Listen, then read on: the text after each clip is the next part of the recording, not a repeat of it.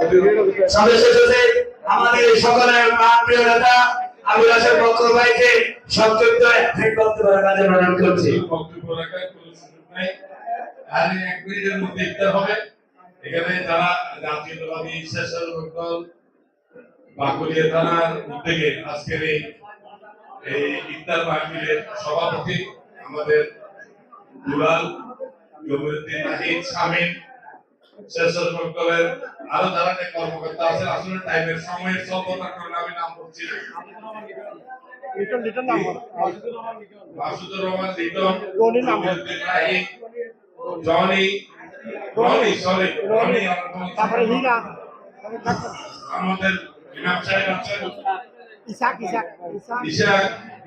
কিন্তু আরো যারা আছেন হীরা, আমির আছে, নবী আছে। আমি কি কিছু বলতে পারবো?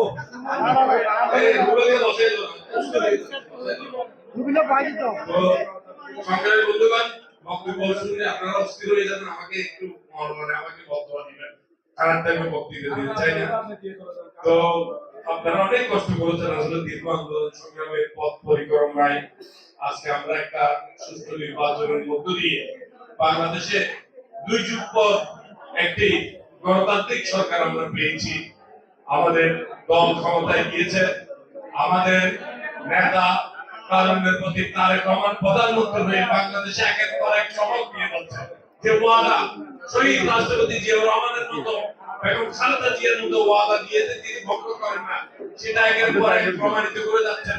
সর্বপ্রথম 3 সপ্তাহের মধ্যে যে ফ্যামিলি কার্ড, সেটা আপনাদেরকে উনি পাইলট প্রকল্প হিসেবে প্রথমে শুরু করেছেন। এটা অচিরেই 4 কোটি সারা বাংলাদেশে প্রাথমিকভাবে দিয়ে এটার কার্যক্রম শুরু হয়ে গিয়েছে। 12,000 কোটি টাকা কৃষকের ঋণ মকুব করে দিয়েছে। মসজিদের খতিব, ইমাম, মুয়াজ্জিন, মন্দির, প্যাগোডা, গির্জা, পুরোহিত যারা আছেন সবার যে বোনাস একটা দেওয়ার কথা ছিল, সেটা ইতিমধ্যে সবাই পেয়ে গিয়েছেন ইনশাআল্লাহ। আমরা মনে করি আমাদের নেতাত্বিক ভাবে চলছে, যে পথে চলছে আমাদের দেশে পথে চলতে হবে। মনে রাখবেন, বিএনপি কিংবা কোন পদবিধানী বিএনপির নাম বাগিয়ে